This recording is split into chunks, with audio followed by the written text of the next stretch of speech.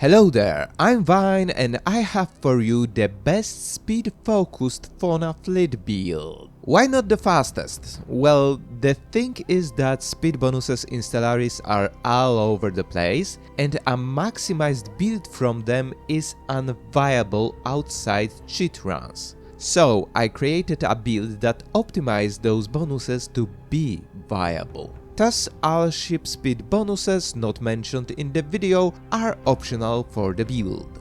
Let's get started.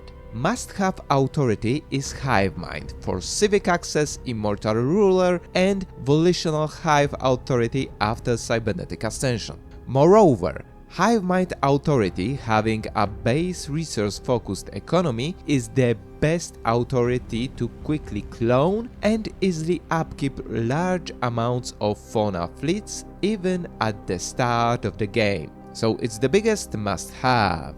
Civics are more complicated, because the first pick is from 3 optional civics and depends on your preferred type of play. Cordyceptic drones for everyone that prioritizes damage, Devouring swarm for the elitist gentlemen in single, and finally a wild swarm for the impatient that wanna have Fauna ships straight from the game start. Pick whichever civic you prefer or disregard them all, as regardless of choice you will eventually have an access to Fauna ships, and those civics do not affect ship speed. Moreover, here we have a little build within a build. As for multi, it might be quite beneficial to combine Cordyceptic drones and a wild swarm civics to double biological ship production by not only catching and cloning local fauna, but also killing all uncatched fleets and resurrecting them. Then just replace Cordyceptic with any must-have civic later, as Bionecromics is very powerful in the early game, but not so much later. Anyway, back to the must-have features.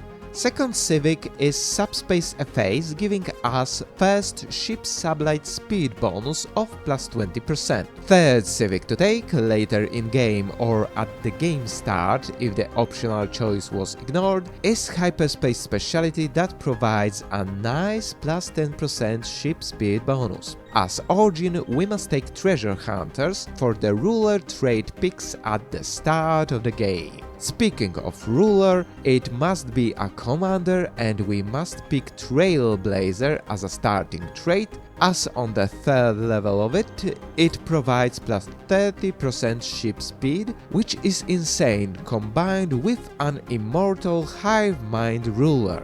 Other options are optional, and for the rest of the build we have to jump into the game and look at the options there. First tradition tree, just like civic, is an optional one. Aptitude to expand leader trait picks. It can be completely ignored if you feel lucky, but it's better to not try RNG gremlins. The must-have trees are Domestication for the Killer Instinct tradition that provides plus 15% Fauna ship sublight speed, Supremacy for the access to War Doctrine's own finisher effect, and finally Cybernetics 3 for Ascension that will unlock Volitional Hive authority for us. From perks there is only one we absolutely must take, and that's Organo-Machine Interfacing for Cybernetic Ascension. From edicts we must take good old exotic gases as fuel that gives plus 15% ship's sublight speed, and Hive Mind Outreach, accessible by getting Volitional Hive authority that provides another plus 15% sublight speed. Then,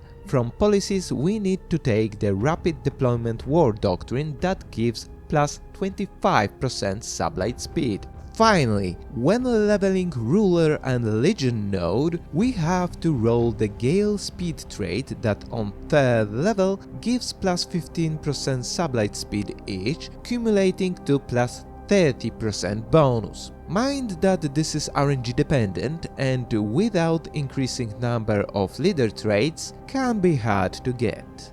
Additionally, there is one more optional sublight speed bonus trait that, unlike the others, I must mention. Extradimensional Warlock relic that passively gives plus 30% sublight speed. Unfortunately, it's obtainable only by destroying the last extra-dimensional invader's portal, so quite late to get and not guaranteed in all runs. But if you get the Unbeaten as Crisis, it's a must to get it. That will be all. Now time for the evaluation. In multiplayer, it's stable acceleration. Outside the necrobiomix, it does not have any rush mechanics, but provides a definitive ship speed advantage, so it's very recommended to tactical players. Fleet-focused playstyle is required though. In single player, it's Hive. Surprisingly, in single, it plays like any other Hive. AI hates you, so you build massive fleets to defend yourself or attack it. Still, in single you can set up early extra-dimensional invaders crisis to choose the best relic for this build. As for the roleplay, it's cursed. Whatever you do, roleplay with this build is just cursed.